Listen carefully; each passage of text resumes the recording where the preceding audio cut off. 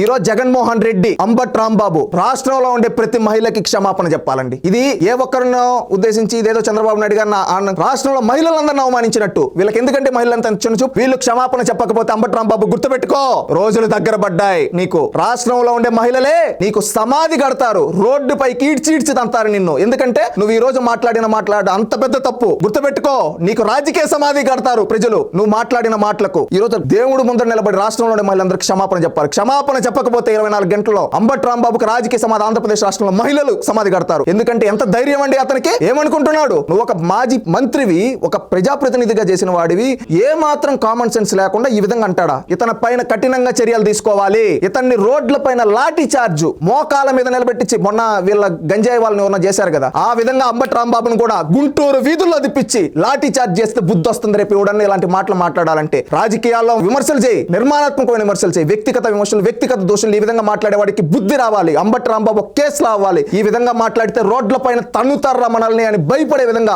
ఈ ప్రభుత్వం చర్యలు తీసుకోవాలి. ఈ రోజు we stand with Chandrababu Naidu గారు. ఈ రోజు రాష్ట్రం అంతా చంద్రబాబు నాయుడు గారి వైపు, ఈ ప్రభుత్వం వైపు ఉంది. మీ ప్రభుత్వం సత్తా ఏంటో చూపించాలి. అంబట్ రాంబాబు రేపు భవిష్యత్తులో మాట్లాడడానికి భయపడతాడు. గుర్తుపెట్టుకోండి. ఇతన్ని రోడ్డు పైన నెక్కర్తో లాఠీ చార్జ్ చేసి తీసుకొని పోవాలి. ఎందుకంటే ఈ విధంగా మాట్లాడాలంటే రేపు భవిష్యత్తులో ఇంకొకటి భయపడాలి. రాష్ట్రంలో మహిళలందరూ ఇదే కోరుకుంటున్నారు. ఎందుకంటే ఇలాంటి నీచుడు, ఇలాంటి వ్యక్తి రాజకీయాల్లో ఉండడం, ఈ భూమి మీద ఉండే అర్హత లేదండి ఇలాంటి వాళ్ళకి. ఈ రోజు జగన్మోహన్ రెడ్డి అంబట్ రాంబాబు రాష్ట్రంలో ఉండే ప్రతి మహిళకి క్షమాపణ చెప్పాలండి.